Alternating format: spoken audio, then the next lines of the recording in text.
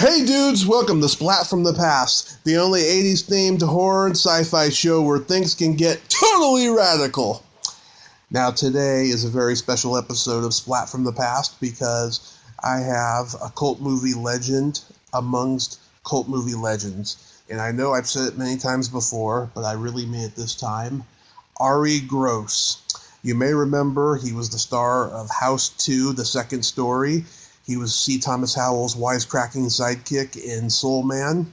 He was one of the space nerds in Just One of the Guys, and many, many others. I mean, he's a recognizable face in the world of character acting. And I'm having him on the show today to talk about those movies and to promote his upcoming appearance at Retro Invasion Weekend in Ohio on next weekend, May 31st to June 2nd. And it's going to be pretty great. I mean, the guy's an icon of my childhood, and I'm pretty happy about this. So yeah, here is my interview with Arye Gross.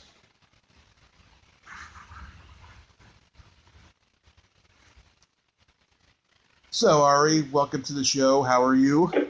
I'm well, thanks, and glad to be joining you on this. It's such an honor, sir, because you've been an icon of my life since I was a kid, and I thank you for taking the time tonight.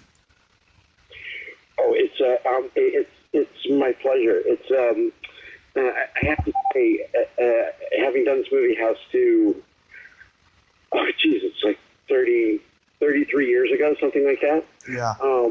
It's unbelievably gratifying, you know, that people are, you know, interested in it still. I'm glad you reached out. Oh, my pleasure, sir. So, going back in time, did you fall in love with acting early on? Yeah, definitely. I always liked doing stuff when I was a kid, and you know, I had I was not a super great student when I was in elementary school. Mm-hmm. Actually, I guess I sort of started out kind of liking school, but then we moved, and I didn't like our new neighborhood, and I didn't like my new school, and so I was like a solid C student for a few years. And when I was in about the 5th grade, a friend of mine, actually a friend of my mom, Ted Nash's mom, suggested that we do a play, Mm-hmm. which I didn't know what a play was. I'd never, you know, I didn't know anything about it. But she took a kid's book we were reading, Homer and the Donut Shop, Mm-hmm. and she made it into a play, and we did it in front of our school. And it was funny because I didn't even have a very big part, but I remember my teachers coming up to me, you know, my current teacher, a teacher I'd had the year before, and saying, "Hey, this is your thing." Yeah. Like, congratulations. We knew there must be something, but nobody had seen anything that was your thing. But this is your thing. Did you have fun doing it? And I was like, yeah, I had a good time there. Well, then you should keep doing that, because, you know, and it was the first time I'd ever gotten any kind of, you know, sort of positive reinforcement for something. Mm-hmm. And I think it had a big effect on me. But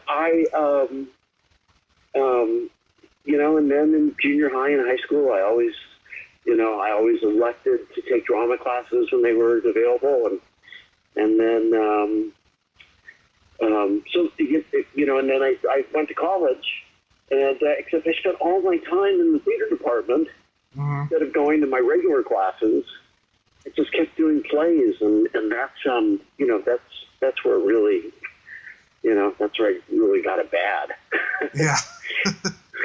So you found your calling early on, then? I did. Oh. Wow. And so, are you originally from L.A.? I am. I'm a native Angelino. And there aren't that many who will admit it. But what about you? Are you from LA? No, I'm from San Francisco. I just got back from San Francisco. I was up there for a couple of months doing a play at ACT. Oh, nice. Yeah. Yeah, I live in Reading at the moment. I'm trying to move to LA, though, because I want to pursue show business and all that. Cool. Yeah. Now, have you had an interest in acting, or how did you come to do this? I've been a movie fan my whole life, and I did theater, I did stand-up comedy, I did all that stuff as a hobby, and then after my car accident 4 years ago, I decided that it was time for me to pursue it, because, it was a life-changing experience, and you never know when it can end, so now I'm pursuing it as a career. Right on. That's great. I have to tell you, I was in, this is also like 30 years ago, or almost. I did this movie in Texas called Hexed. Oh, yeah. And there was a guy named Brian on the show who was he was like the set medic. Mm-hmm. I wish I could remember his last name. But the interesting thing about this guy is there's a lot of, it's not like an action movie, but I had to like run around and bump into enough stuff or fall off enough stuff in the movie that every now and then I would twist my ankle or bang my elbow pretty bad or something. And this medic would kind of show up and very quietly, give me an ice pack or something. And he'd make some kind of relevant, sly, almost under his breath kind of like quote from Shakespeare. Mm-hmm. And after like probably the third time, I was like, hey, so like how is it you know so much Shakespeare? And he was like, oh, I was an actor for about 15 years. I was like, no kidding. And so, are you still acting? And he said, no. And then he told me that it was like 5 or 6 years earlier, he had been pursuing acting in the based out of Dallas. Mm-hmm. And he got in a major car accident. And, was like injured and, was just sort of, when the accident happened, he was just sitting there, so he was like stunned by the side of the road. And there were a lot of cars involved and a lot of like emergency personnel. And then as he like recovered, he was doing some, I guess it was a serious enough accident that he was getting a little bit of like he went to like a group therapy kind of thing. Right. We were kind of talking it out, and he was realizing that like he just did not have it in him. Like he whatever interest he had in acting or performing or pursuing that at all had just completely gone away. And in the group they kind of said, well, what do you think you'd like to do? Mm-hmm. And he's like, I don't know. And then I guess he at some point came back and said, the only thing I keep thinking is like remembering these like paramedics who are like saving people's lives. Like I think that's like the only thing that like makes sense to me as something to do. Mm-hmm. And I guess like people in the group or the leader of the group was like, well, you can do that. You can train to be a paramedic. And he was like, oh yeah, okay, right. And so he like completely changed his life. Wow. Yeah. I think it's kind of amazing. Can I ask you about your accident, or is that not? Oh yeah, I talk about it on the podcast all the time, so you can ask me anything. Yeah, what happened? Well, it was a night of drinking. Me and this guy, who I thought was my friend, he was on his own personal suicide mission, allegedly, and he fell asleep at the wheel, and I was asleep in the car already. And so we ended up in the middle of the road. We were okay. And then after we got out of the car, a car that didn't see our car in the road collided with it, and then the impact hit us. Oh my God! Yeah, and I don't remember any of it. I just this is what happened, after the witnesses and the police, told each other stuff, and then information came back to me after I woke from my coma, which was 30 days. I was in a coma for 30 days. Oh my God! Yeah. Well, I'm glad you made it. Yeah. Holy. I still can't believe I made it, but I'm glad I did. Wow. So you see, this is about 4 years ago? Yeah, January 21st, 2015. Wow. Amazing. Yeah. How'd the other guy do? He had a couple of minor injuries. I had the worst of them, but he got into some legal issues after that because he had some prior offenses and stuff, which I knew about, but he convinced me that he had changed, but he didn't. And, I don't talk to him anymore, thank God. But we got some money from the people who hit us. They felt really bad about it because it wasn't intentional on their part. And, things are better now. Okay. Well, glad to hear that. Yeah, no more drinking or nothing, so everything's good. Yeah, right. But your first movie was Exterminator 2? That's right. Yeah, geez, that was in the early 1980s. Mm-hmm. It's the funny experience I kept having on that movie is that it was actually they'd already shot the movie Exterminator 2, but then they went in to do some reshoots. They had done a little rewriting and then added some stuff, and so I was hired to be part of Mario Van Peebles' gang. Yeah. In the reshoots and this additional footage, and I auditioned for it. I was kind of shocked, I think, that I got it, but it was my my first movie job, and the entire time we were shooting, the director kept saying, "But I do a line," and he'd go, "No, do it like you did it in the audition." Mm-hmm. And I kept saying, well, can you give me a hint? I'm not really sure what, I don't really know. I don't know what you mean, like what I did in the audition. I don't really know what was different about what I did in the audition. And finally, I know he was a little unhappy with my performance, and he was saying, it was like your voice was like totally different, like you sounded different. And I was like, what is it? My audition. And I was like, oh, I had a really bad cold when I came in to do the audition. Now I remember.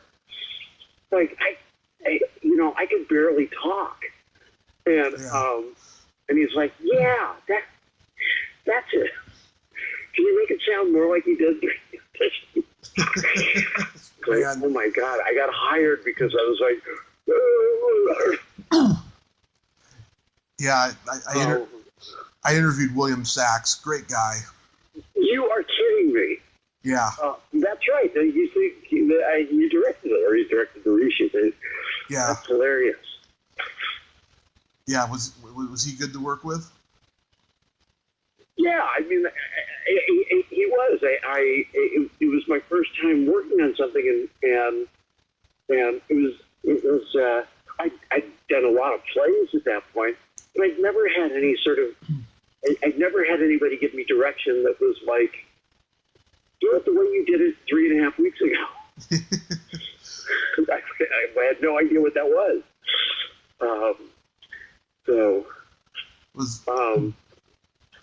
Yeah, but it was pretty fun to do. I have a weird story, a follow-up story to that.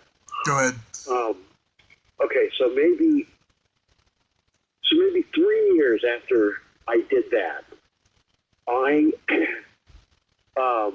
as I say, I had done some plays. I had done, after that I did, an episode of Different Strokes and a couple other parts in, little independent movies. I think I'd done like a AFI movie. And I mean, really, basically, an extra or, background performer in that. But,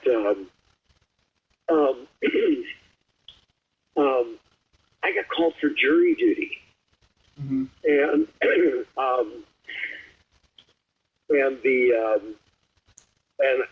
I wound up making it onto the jury. And of course, they ask you these questions like what you do for a living, and in this case, it had to do. There was an issue of whether or not the policeman had been assaulted or had used excessive force with the person who had been arrested. And I'm the first day I wind up on the jury, as I say, and the first day the policeman is testifying to what happened all day long, and then the second day we all come to court, jury is sitting there, and then everybody's ready, and the judge comes in, all rise, be seated, and the prosecutor says, "Your Honor, may I approach the bench?" Okay, and so the prosecutor and the defense attorney and the court reporter then go up and have this little huddle up at the bench with the judge, and then the judge turns to the jury box and says, "Juror number 7, Mr. Gross, will you come see us in judge's chambers?" Mm-hmm. And I was like, 25 or something, and I was like, I have no idea what I've done, but I'm certain I'm guilty of something, right? Yeah. I go into the judge's chambers, and they're all sort of there, and then after some sort of informal chit-chat, waiting for everybody to be assembled, the prosecutor says, "Mr. Gross, have you ever been arrested in the city of Santa Monica?" This is where I was at the time. Yeah. And I said, "In Santa Monica, have I ever been arrested in Santa Monica?" See, Santa Monica, like 26th Street, that's where it becomes out Los Angeles. No, not in Santa Monica. No, I've never been arrested. That's right. I haven't been arrested. And they said, "Okay, well, have you received a moving violation in the city of Santa Monica?" Mm-hmm. And I was like, "Geez, I get a parking ticket every time I come here, but I don't think I've ever gotten a ticket here." And he said, "Well, officer blah blah blah recalls arresting you within the past 6 months. And he saw you, yesterday when he was on the stand, he, saw you and if you'd had some encounter with him before, you didn't tell us before it's a serious violation." I was like, "No, I've never seen him. I did not, I don't know the guy at all. And I didn't get stopped by him, and I didn't get arrested by him." And they said, "Well, so what is it that you do for a living?" They said, "Well, I'm starting out, but I'm an actor." Mm-hmm. And they said, "Oh yeah, well, what kind of things we've seen you in?" I said, "Well, I mean, I was in this play at this little theater, and I did this little, if you saw anything from my acting class, maybe." And they go, "Well, can you write out a little resume?" So I wrote out a list of things I had been in, Mm-hmm. Different Strokes, Miss Lonely Hearts, Exterminator 2, Taming of the Shrew, and Much Ado About Nothing in Garden Grove, California. Mm-hmm. and The classics. They took it to the cop, and then 5 minutes later, they came back with Exterminator 2 circled. And they said, "Well, the officer has seen this movie." Mm-hmm. And and so the judge says, so if you saw that movie, he would have seen you in it? And I said, yeah. And he goes, okay, well, I accept that as to why you would look familiar to him. And I said, oh, okay,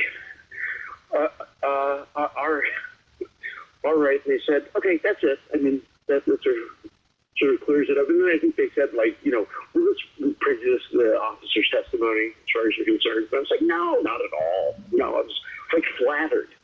I got recognized. It only occurred to me later that, it's a good thing I didn't get pulled over by him sometime after he, saw me play this, like, homicidal punk in Exterminator 2. Mm-hmm. And I think I was actually that guy. So anyway, that's my Exterminator 2 story. Oh, God, that's funny. Was Robert Ginty... My first time recognized, and it almost got me killed. Was Robert Ginty good to work with? I didn't work with him at all. I wasn't in any of the scenes with him. Mm-hmm. Basically, me and this other guy, the character I'm playing, Turbo, yeah, he was his name. We like hold up and stab some woman and like take her watch and then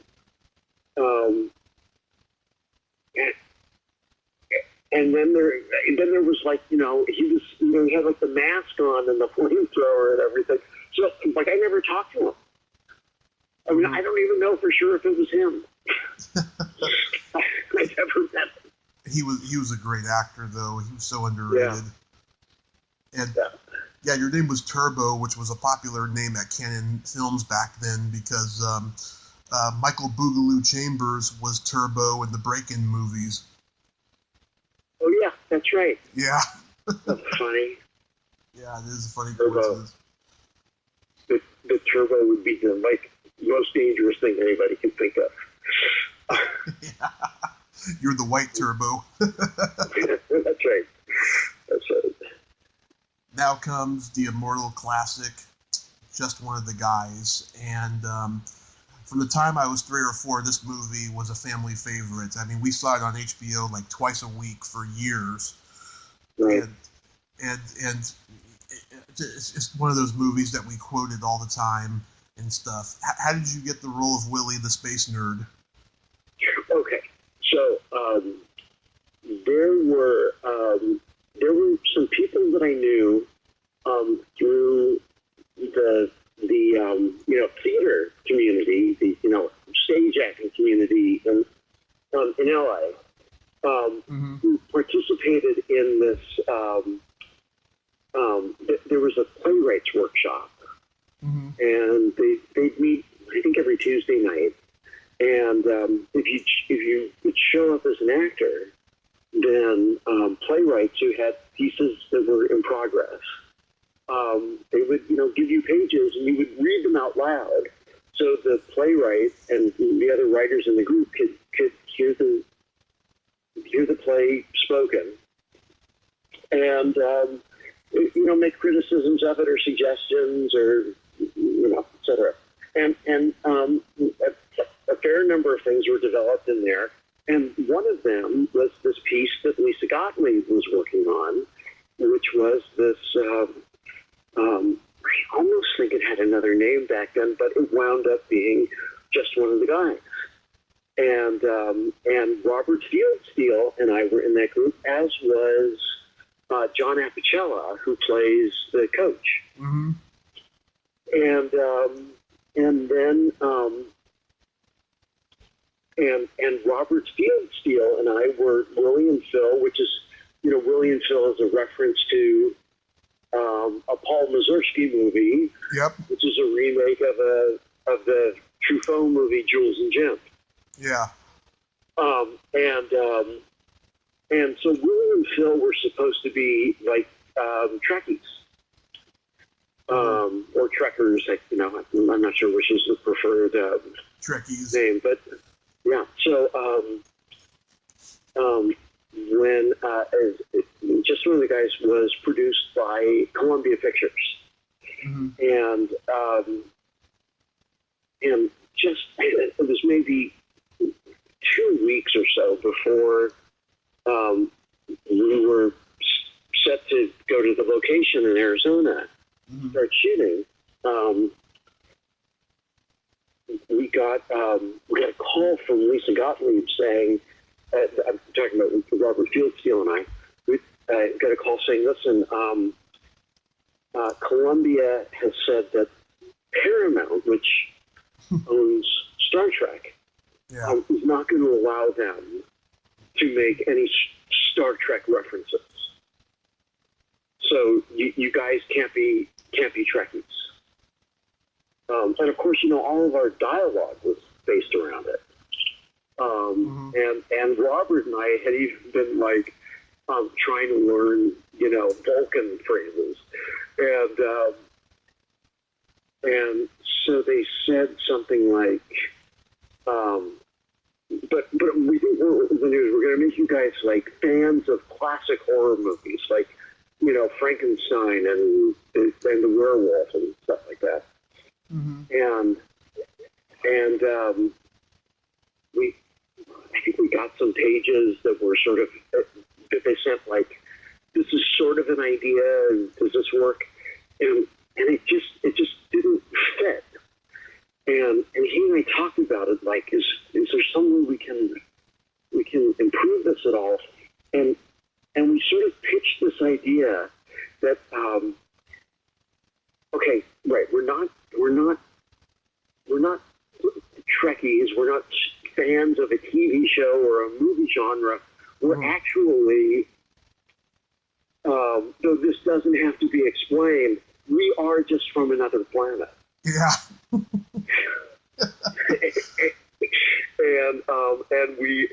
and our mission here is to observe, human life forms. And they kind of went, okay, well, can you guys sort of write your scenes, and I'll plug you in where we can do it? And we were like, sure. And so we wrote a language, and we even sort of translated a couple of Frank Sinatra songs into our Fraknu language. Yeah. And I think Lisa really Lisa Gottlieb, the director, I think she liked what we were doing, and I think everybody else was just kind of scratching their heads like, what the hell is this? But we had an amazingly fun time doing it. Yeah, Willie and Phil, they're literally in their own world, in their own movie. Yeah, totally. And there's, I have to say, one of my favorite things is we didn't really know what it was going to be when there was that scene where we got split up, and they're picking basketball teams or something. Yeah, they have separation anxiety. And we get separated. We do that sort of scream to one another. That was kind of a spontaneous thing, and it was all we could do not to completely fall apart. Yeah, I love that. But and I guess I have a couple of stories about it. Go ahead. But we had a great time on that movie.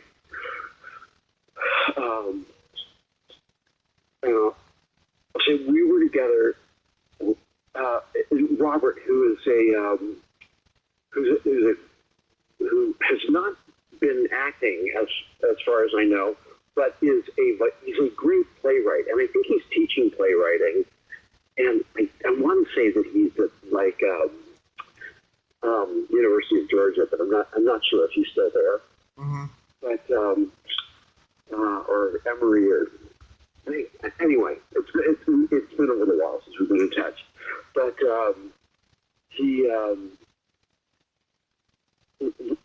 we were together and seen so much as like a unit around that film crew that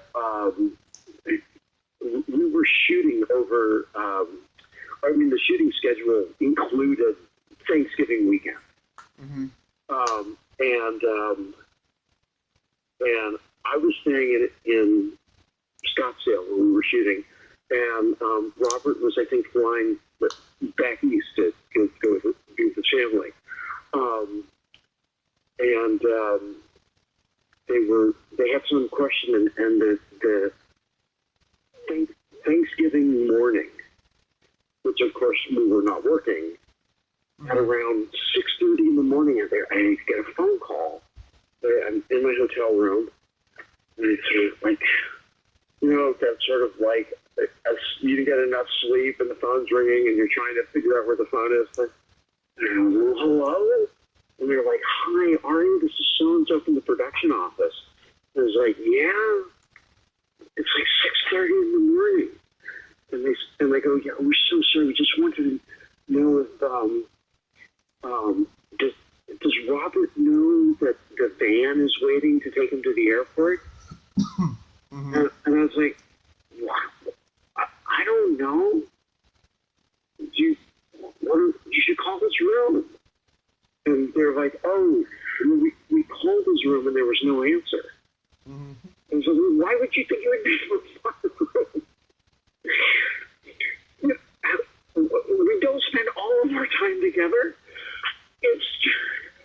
It's just in the movie. We were like, oh, sorry, we just figured maybe you. So, anyway, so I think they eventually tracked him down. But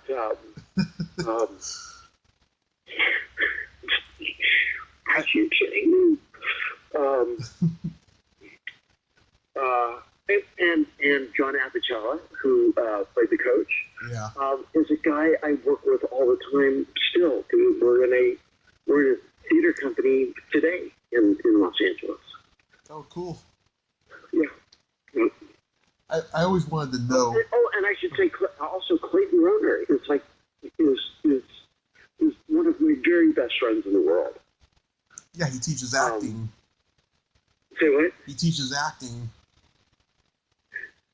Yeah, and we are we usually talk like every day. In fact, I don't know if you've had a chance to talk to him, but if you'd like to, I can put you in touch with him. Oh, I'd love to talk to him. I haven't had the chance yet. Yeah, okay. That'd be great. But I always wanted to know, what the heck is Willie and Phil chanting in the cafeteria after Rick humiliates Greg? Oh, no, I can't remember. That was. I don't. That's like one of those moments that everyone comments on YouTube. Like, what the hell are they doing? Oh, I don't know, but we're probably saying it in our made-up language. Yeah. Oh, how funny. Maybe it was one of those Frank Sinatra songs. Yeah, right. Well, I think Lisa even shot a thing of us singing, like, Love is a Many Splendid Thing, or Fly Me to the Moon, or something like that. But in this, like, sort of space language. Yeah. But that she sort of had this idea that she would, like, play it over the end credits, but I don't think anybody else was on board for it. And I think maybe the song cost too much. Yeah. That's so funny. Yeah. But I could have been on the soundtrack. Yeah. So I'll tell you one other thing about just one of the guys that was maybe one of the real high points for me as a young actor on a movie. And it was the first time I was on location for that long a time. And, I mean, I'd gone and lived in different cities to do plays. Mm-hmm. But, you know, we were on location for, I don't know, 8 weeks or something like that. Mm-hmm. A week or two into the movie, we shot the scene. It's the big, you know, it's the big sort of prom scene at the water park. I think that's what it was. It's at the end of the movie. Mm-hmm. And there's a band playing, and Robert Fieldsteel and John Abicella and I. John was originally from Arizona, and he had friends, and actually he managed to borrow from a friend in Scottsdale his old car. Oh my God! So we were driving around in this like old, you know, 72. It wasn't a Ford Fairlane. It was like a Fortuna or something like that. Mm-hmm. And after this night shoot with the band, a couple of the girls, you know, women, but you know, just one of the boys. So I think it was Tony Hudson, and I think Deborah Goodrich. Maybe Joyce was there. I wasn't quite sure. Possibly Sherilyn Fenn and Robert and John Apicella, because he had a car, and we all went to like a post-night shoot breakfast at Denny's. Mm-hmm. And they were all sort of giggling and talking about like how like attracted they were to these guys in the band that played it, you know, in the prom scene. Yeah. And the three of us were kind of sitting there, and I don't know who said it, but one of us said, like, you know, here we are, we're the character actors in this movie, and we finally get to, like, go out after the shoot with the, like, you know, with the popular girls. Yeah. And they're all just total yahoos talking about this, like, hair band. and they took a little bit of umbrage to it.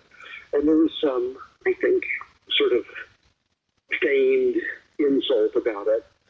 And anyway, so we leave, we all go back to the hotel, we drop them off, and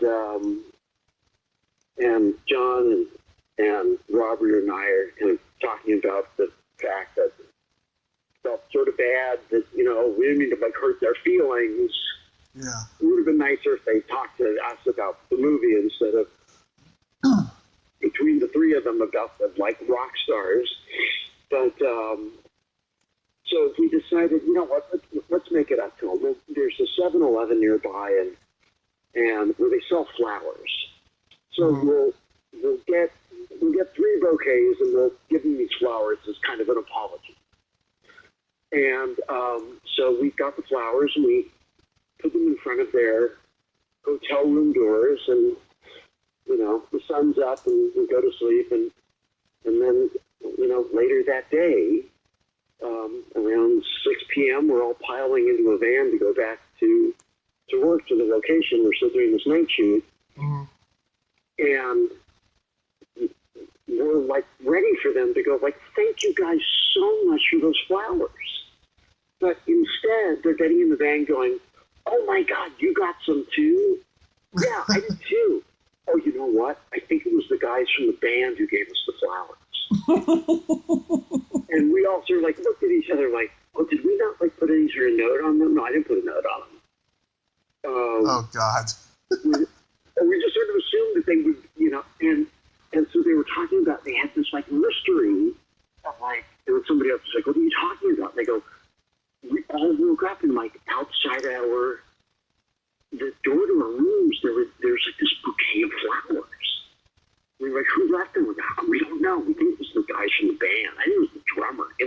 Like, and so we just decided, like, oh, okay, this is fun. Let's kind of keep this mystery going. So for the duration of the shoot, we would go out and buy flowers, either late at night or after work or whatever it was, and very stealthily put flowers on people's doors, maybe 2 or 3 a night, until we had gotten the entire company. And nobody knew who the flowers were coming from. And, at a certain point, there was this thing of people going like, you know what, I think it's the prop guys. The prop guys are doing it. And we go, yes. So then that next night, we would then, like, hit the prop guys, their rooms, and they go like, it wasn't us. We got flowers. And then at the end of the shoot, Robert and John and I were all done like 2 days before the rest of the company. We weren't in the last couple of scenes that were shot. We went to a restaurant just outside of Scottsdale, and the restaurant had one of these things where you could like dress up in like the Old West, Wild West looking, tailcoats and bowlers and holsters, and so we took one of these old Wild West photographs, and we had like holsters and shotguns and stuff like that, but like we'd have flowers coming out of the holster, flowers coming out of the end of the shotgun, flowers coming, sticking out all over the place. And we got this portrait, and we left it to the at the production office as like a gift from the Bouquet Bandits. And it was like the most fun prank I've ever been part of. Oh, that's awesome. Yeah, it was great. My earliest memory of you was in Soul Man. Right. You make a great sidekick, I have to say. Thank you very much. I had an unbelievably great time doing that movie.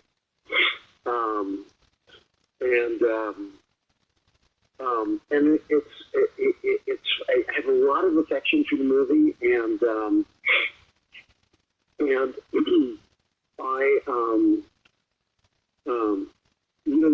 movie's kind of run into some controversy. There was a little bit back then, but much more so now, because I think a lot of people who haven't seen the movie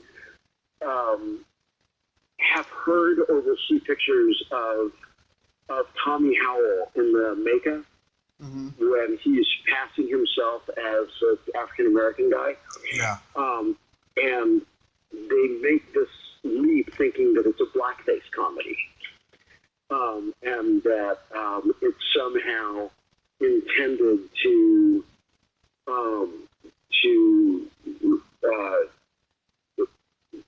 get its laughs off of blackface and to somehow get its humor from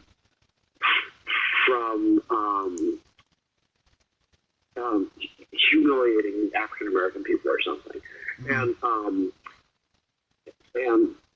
it's just absolutely not true.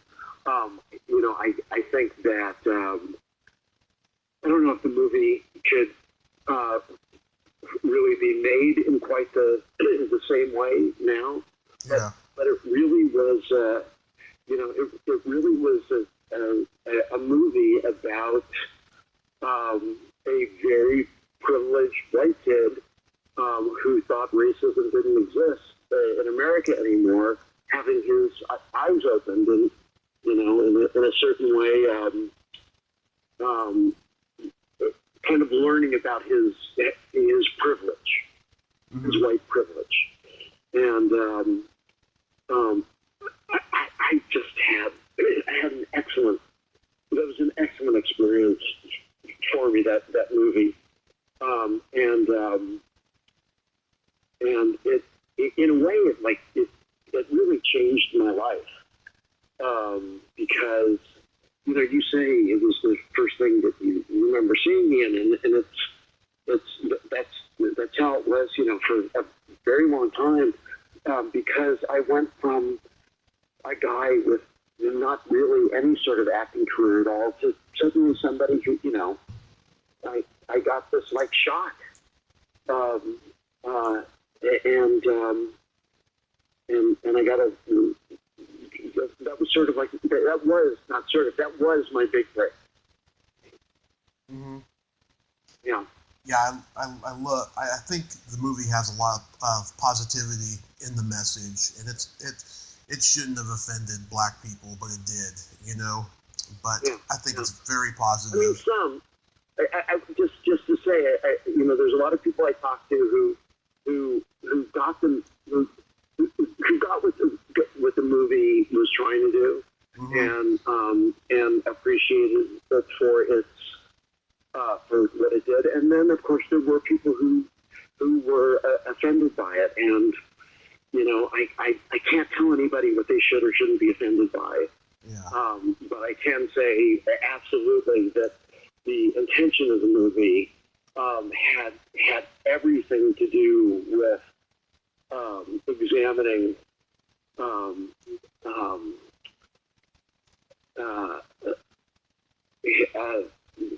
a kind of blind spot that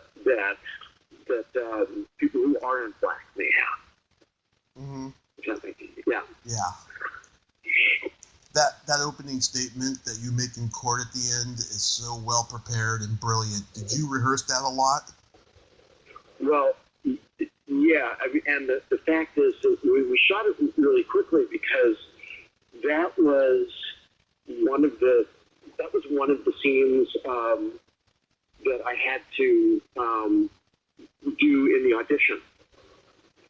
Mm-hmm. And actually, I had prior to that, to auditioning for that movie, I had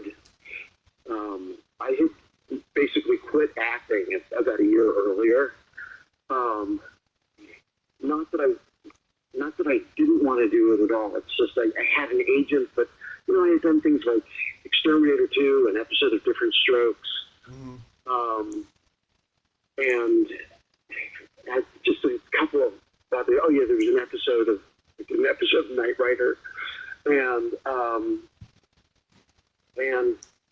just one of the guys.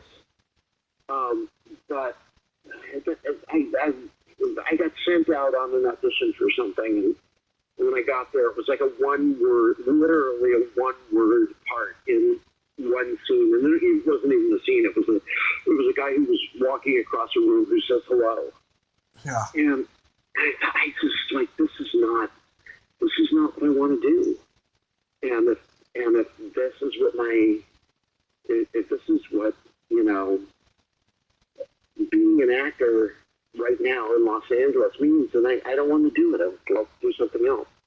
And so that's what I did. I had theater where I had done some work as an actor previously and done some production things. I went to them and they hired me to be the company manager for a show they had produced, and so I worked on that for several months, and I had fired my agents, and a friend of mine, he was just my, probably my best friend back then, the actor James LeGros, who's, is a great actor. Mm-hmm.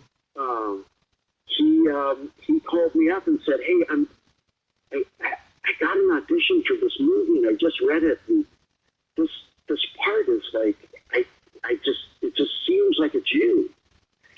And he copied the script for me, and I read it, and I called the casting director, Melissa Scoff, and it sort of, pleaded with her to let me come in and read for the role of the friend. And at first she said it was kind of out of the question.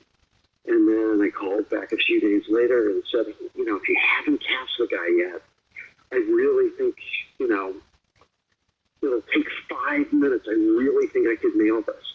And she, it's the kind of like dumb courage you have when you're 25 or 26.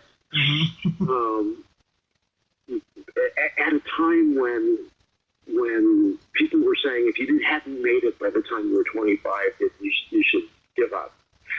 And she finally, sort of relented and said, if I come to the office, there's going to be a casting session between, 10 a.m. and 5 p.m.,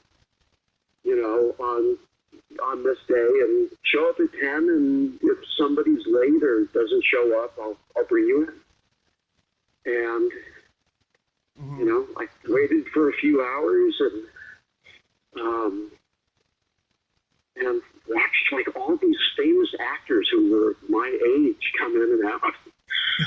And then finally, it was probably 3 in the afternoon or something, and she was like, all right, you ready? Let's go. And I went in, and I did that speech for her, and she was like, can you do it? I'm like, just do it again. And so I did it again, and she was like, oh my God, and sort of grabbed me by the arm and took me into Steve Tish's office, mm-hmm. Who was the producer of the movie. Right. And she was like, you got to see this guy. And then I did it for him. And he was like, who are you?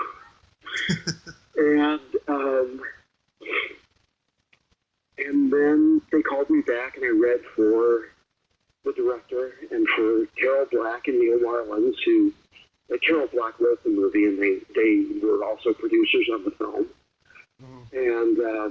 And the associate producer, a wonderful guy named Stephen Vaughn, who he and I became great friends back then, and he just passed away a few months ago in December. Mm-hmm. He was one of the greatest unit stills photographers, in the movie business ever. He was like a super good friend, since then. Mm-hmm. Anyway, so they, I wound up going into, over the next 2 months, I auditioned, I had 9 callbacks for that movie. They kept bringing me in, and then, and pairing me up with people who were going to play the Mark part, the Tommy wound up playing. Yeah. But then they would bring in other guys as well for Gordon. And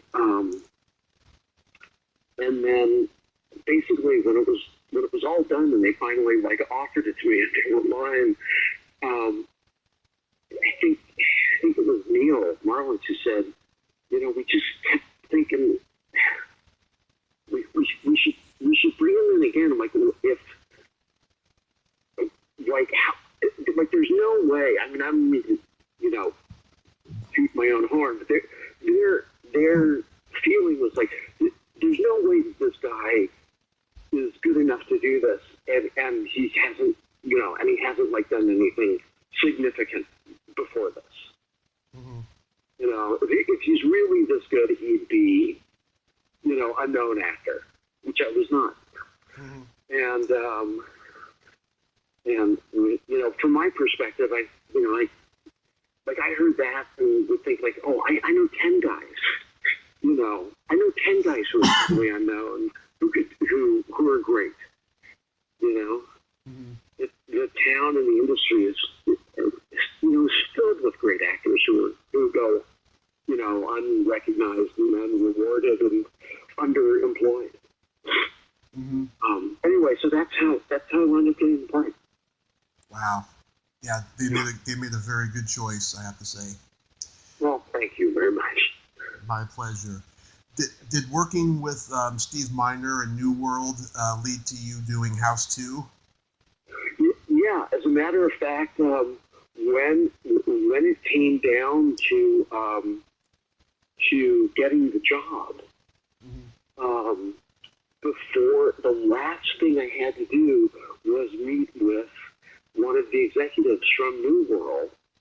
And I had to go to his office. I didn't have to audition for him, but just have a meeting with him. And he was like, I just had to meet the guy who everybody, you're reading against all these known actors, and I just have to sort of like see it with my own eyes. And I just, talked to him, and he wanted to know, why I was not known. In fact, did not have an agent when the whole process started. And I had to explain that, I had an agent, but, I wasn't interested in going in to read for one-word part.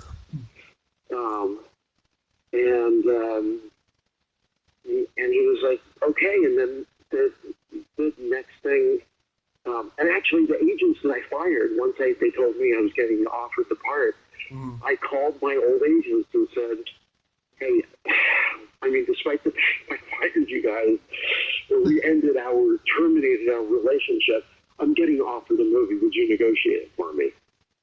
And you'll get the commission. And they were happy to do that. And then the next thing they said to me was like, okay, they're offering you the movie, and actually they're offering you 2 movies. So you're going to do this movie and another movie to be determined for them. Wow. And I was like, you're kidding me. And so, of course, I said yes. And then it was a few months after we shot Soul Man that they sort of said, okay, we're doing House 2. Wow. And Steve Weiner, of course, had directed House 1. And I don't know if he was he might have been like an executive producer on House 2. I'm not, he was around a little bit. He must have been. Yeah. I'm not looking right at the stuff right now.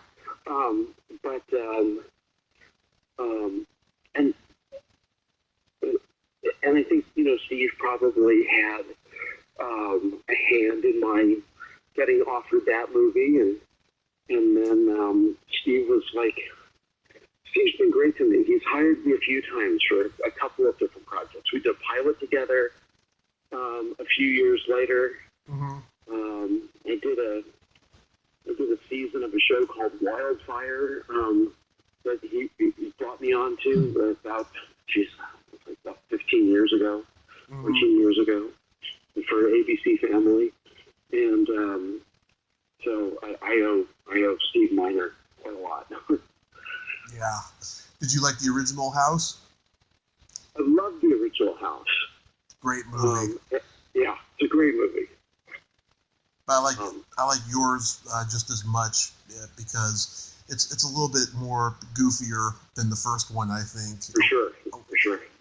There's some really dark, special effects and creatures and stuff, compared to the first one, but it's a lot more goofier, I think. Absolutely. There's much more of a,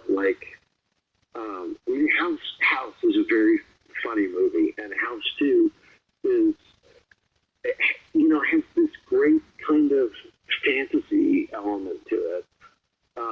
That's a little the idea that every room in the house opens to this is the Jurassic era, and this is the time of the Aztecs, and you're in a Mayan temple, and this room is the Old West. I think is a super creative idea, and Ethan Wiley. I think whatever was going on in his head, he wound up writing that movie in about 2 weeks. It was all in his brain. He just had to put it down on paper. And of course, he directed the movie, and the great, Mac Allberg was cinematographer. So it was pretty fun. And, you know, to be able to say that, like, I was in a movie with Bill Maher is like, let alone Royal Dano and Yeah. and Amy Yazbek is fantastic with it. And Lar. Yeah. Yes. Lar. Now, have you interviewed Lar? I've interviewed her twice. She's one of my favorite guests. Yeah, she's a lovely person. She's the sweetest person. And Jonathan Stark is like hilarious. And John Stark, who plays Charlie. Yeah. He and I kind of met again years later when I was doing the sitcom Ellen, mm-hmm. which was created by Carol Black and Neil Marlin, right. Soul Man, and John and Tracy Newman were writers and and producers on the show. So it all sort of came back around. Yeah, and Kane Hodder was a stuntman. I've met him at a couple conventions. Funny guy, and he loves his fans, because he played Jason, Friday the 13th sequels, including one with Lar, Well, that's right. So Kane was also a stuntman on Soul Man. Oh, he did? Yeah. Oh, I didn't know that. And he's a great guy. Yeah, he's a great guy. And Royal Dano, a legend. He was amazing and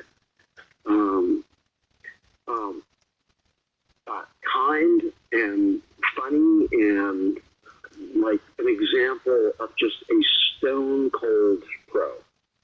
Mm-hmm. And when we did House 2, I think on his resume there were like 300 movies that he had done. Because he'd been like a contract player during the days of the studio system. Mm-hmm. And, he like sat through those hours every day of all that, all those prosthetics and special effects makeup to make him, a 190-year-old mummy or however old he's supposed to be in the,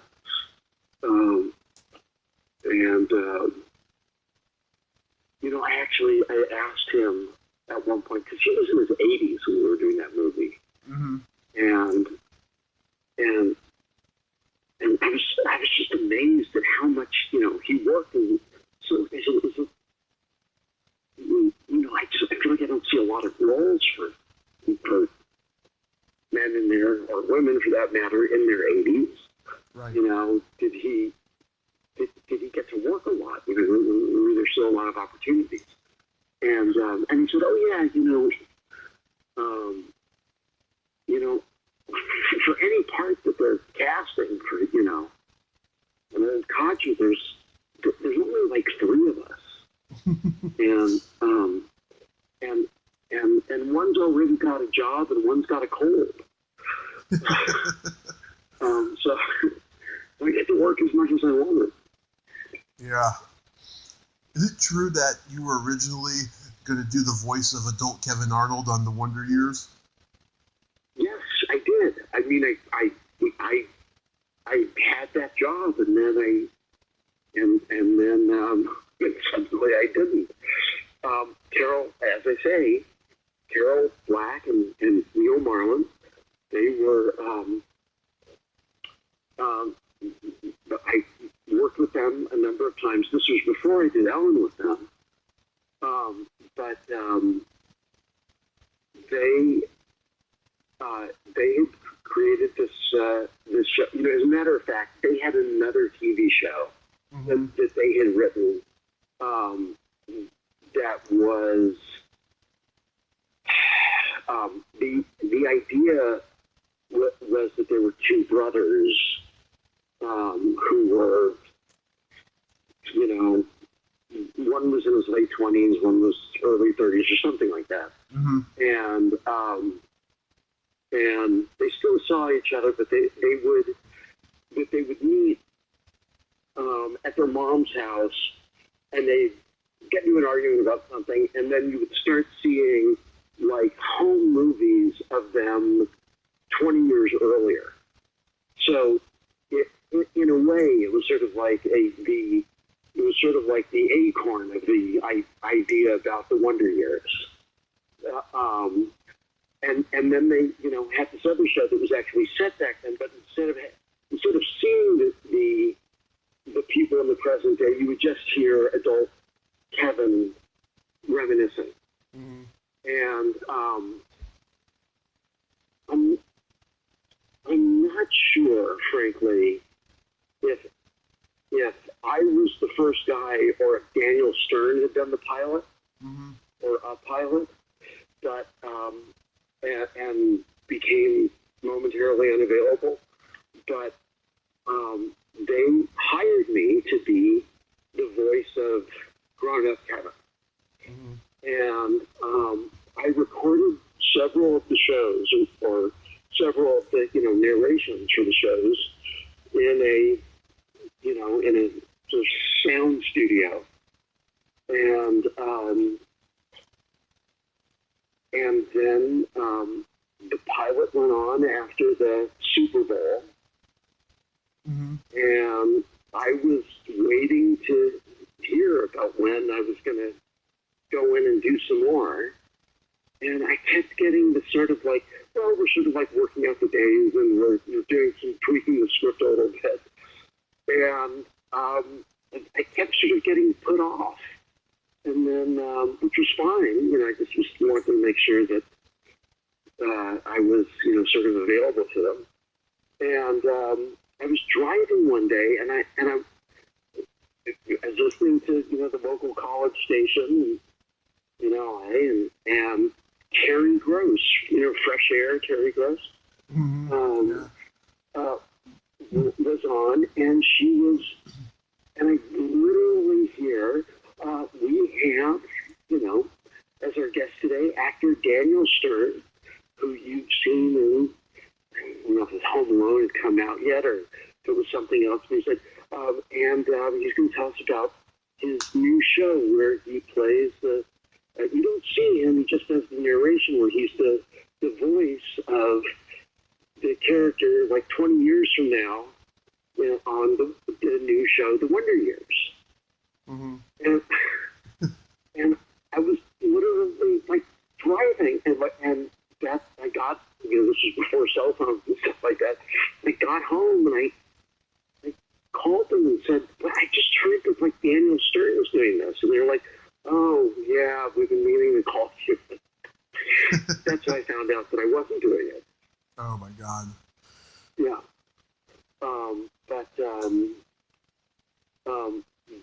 Which was, I have to say, like super weird.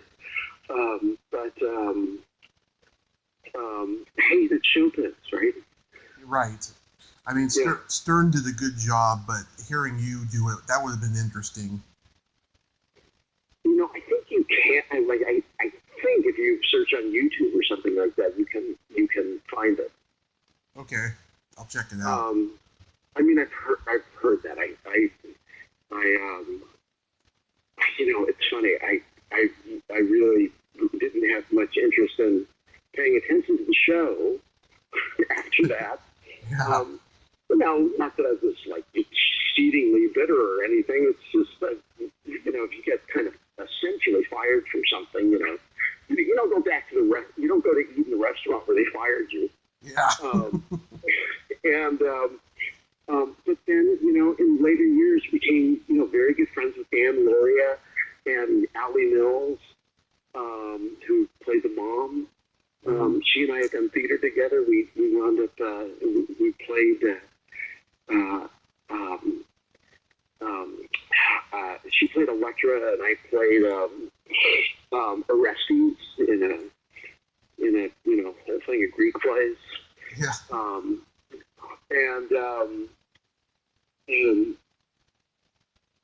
And then, within a couple of years, I did Coupe de Ville with Daniel Stern playing my brother.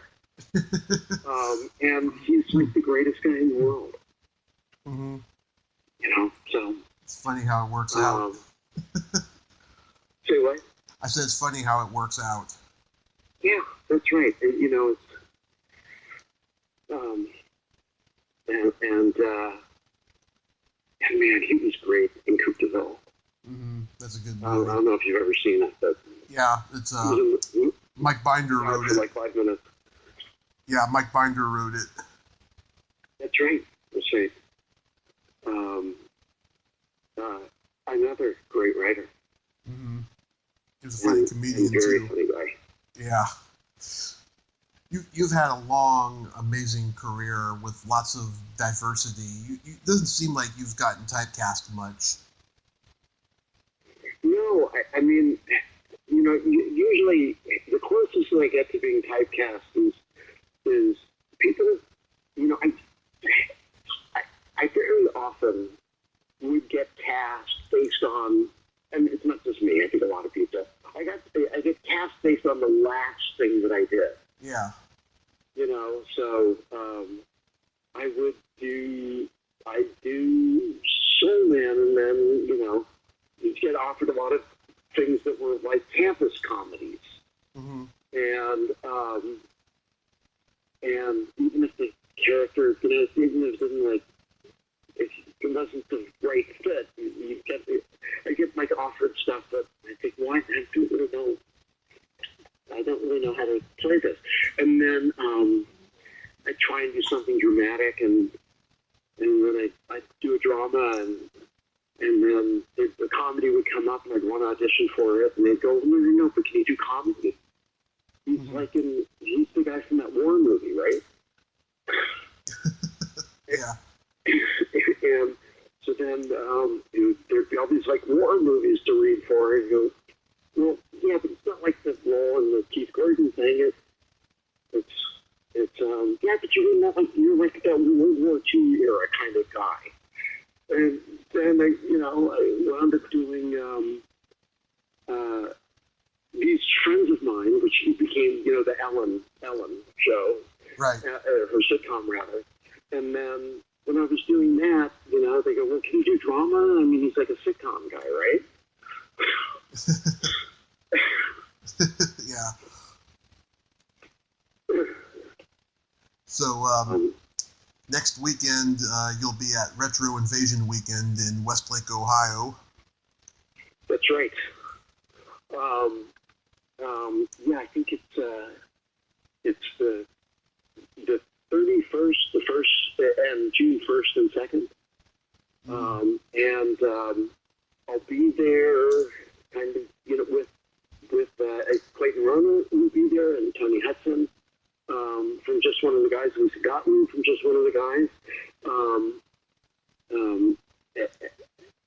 sort of representing the movie as well as, sort of, meeting and greeting, fans or people who are interested in, other stuff that I've done. I'll have some couple pieces of House 2 memorabilia with me. If anybody likes that kind of stuff, and I'll bring it along with me to Ohio, and looking forward to it. I had a great time last fall at a thing called the Hollywood Show, where I also went with the cast and Lisa from Just One of the Guys, and yep. It was kind of amazing. I saw actors and directors that I've known and worked with or admired for 30 years, and one of my very first jobs at a movie was off camera. I was doing additional dialogue on the movie Vision Quest. Oh.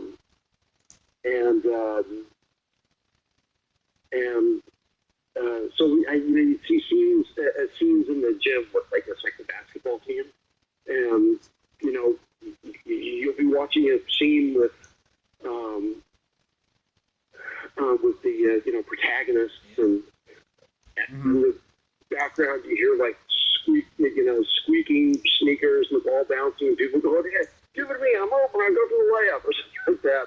And I'm in that group of people making those, like, that additional soundscape. Oh. And I guess I did that for about a week. I still get residual checks on it, by the way. And it was Harold Becker directed it. I hope I'm not getting that wrong, but maybe we can fact check that. Anyway, I for the first time since doing that movie, he directed it, I re-met him at this Hollywood show. So, in addition to a thing where it's like a great way to meet people who are fans and like memorabilia and want to get stuff signed and chat, which is like great for us and the other actors, etc., who show up. It's also really fun for us because we get to like see it's like a reunion with old friends. You work with somebody for a couple of weeks or a couple of months, and then your career is taking totally different directions, and it's fantastic getting to renew acquaintances and stuff like that. They're fun. Yeah, I love conventions.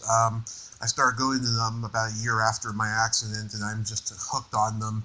And it's really helped me out with the podcast, meeting people and then doing an interview with them and stuff. And I've had Joyce, Tony, Deborah, Lisa on multiple times, and they've promoted their convention appearances. Like, I had Tony on for the third time today, and I had Lisa on a couple of weeks ago to promote it and stuff. They really appreciate my support of Just One of the Guys. Oh yeah, that's cool. I saw on your site. I think Lisa had said something like, a good time was had by all, or something like that. Yeah. Yeah, it's great, and it's super. It feels good for us, to meet people, and the fact that people go out of their way to come and stop in and say hello. It's fantastic. It's very gratifying. Mm-hmm, it sure is. Very gratifying. Do you have any upcoming movies or projects that you want to plug?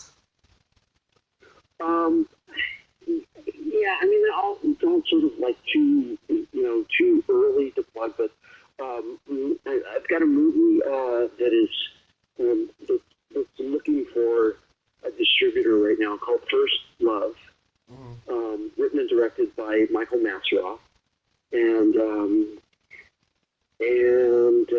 going to do a movie in upstate New York in August called Skipping Stones for Madonna, and that's a drama, Wow. and then I'm going to be doing a new play in Los Angeles in the fall. Awesome. Yeah. Awesome. Yeah. And so next weekend, Retro Invasion weekend, May 31st to June 2nd in Westlake, Ohio. I hope you guys have a ton of fun there. Thank you so much. It's really been a pleasure getting to talk to you. Oh, it's been a real honor, Ari, and I'd like to have you on again to talk about some more movie roles that we didn't get to tonight.